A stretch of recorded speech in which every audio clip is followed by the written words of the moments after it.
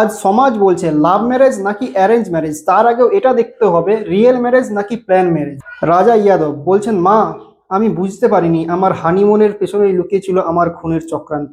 গত 11ই মে রাজা ইয়াদব এবং সোনাম কুশওয়ার বিয়ে হয় ইন্দোরে, খুব ধুমধাম করে আনন্দের সঙ্গে অনুষ্ঠান করে বিয়ে হয়। বিয়ের কয়েকদিন পরেই সোনাম হানিমুনে যাওয়ার জন্য একটু জেদ করলে রাজা ইয়াদব পরিবারের লোকের কথা অমান্য করে গত 20 মে হানিমুনে যাওয়ার জন্য বেরিয়ে পড়ে মেঘালয়। পাহাড়, ঝর্ণা আর নিজের অজানা মৃত্যুর ডাক। রাজা ইয়াদব সোনামকে সবকিছু দিয়েছিলেন, সোনা দানা, টাকা পয়সা, এমনকি নিজের এটিএম এর পিনটাও, কিন্তু একটা জিনিস দিতে ভুলে গেছিলেন, সেটা হলো কিছুটা সতর্কতা।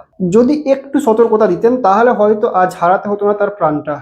গত 23 মে রাজা ইয়াদব নিখোঁজ হয়, সঙ্গে নিখোঁজ হয় সোনাম ইয়াদব। গাইডের কাছ থেকে খোঁজ খবর নিয়ে জানা যায় ওই হানিমুনে আরো 3জন সোনামের ছাত্রী বন্ধু ছিল, কিন্তু তাদের কি খবর এখনো সেটা জানা যায়নি। পরবর্তীতে সার্চ অভিযানের মাধ্যমে ডাঙ্গো ঝর্ণার 500 মিটার নিচে রাজা যাদবের ডেড বডি পাওয়া যায়। মাথা একেবারে ফেটে গেছিল, মুখ থেতলে গেছিল, এমন মনে হচ্ছিল কেউ যেন পাহাড় থেকে ফেলে দিয়েছে। কিন্তু তখনও পর্যন্ত সোনাম ছিল নিখোঁজ, তাই সোনামকে নিয়ে অনেক দুশ্চিন্তা হচ্ছিল যে কি হলো এই মাত্র 22 বছরের নিষ্পাপ যুবতীর সাথে।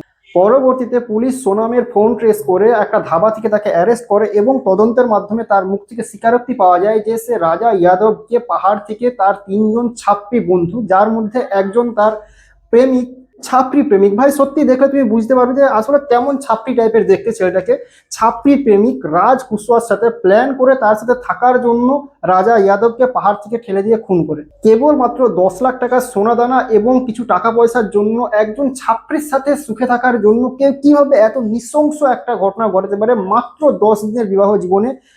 ঠেলে খুন করা, পাহাড় থেকে ফেলে খুন করা। রাজা ইয়াদবের মা একেবারে ভেঙে পড়ে। নববধূ 22 বছরের সোনাম এবং তার 3জন বন্ধু ও একজন প্রেমিকের মৃত্যুদণ্ডের জন্য অ্যাপিল করছে। আপনি বলুন এই ধরনের অপরাধের জন্য কি শাস্তি দেওয়া উচিত?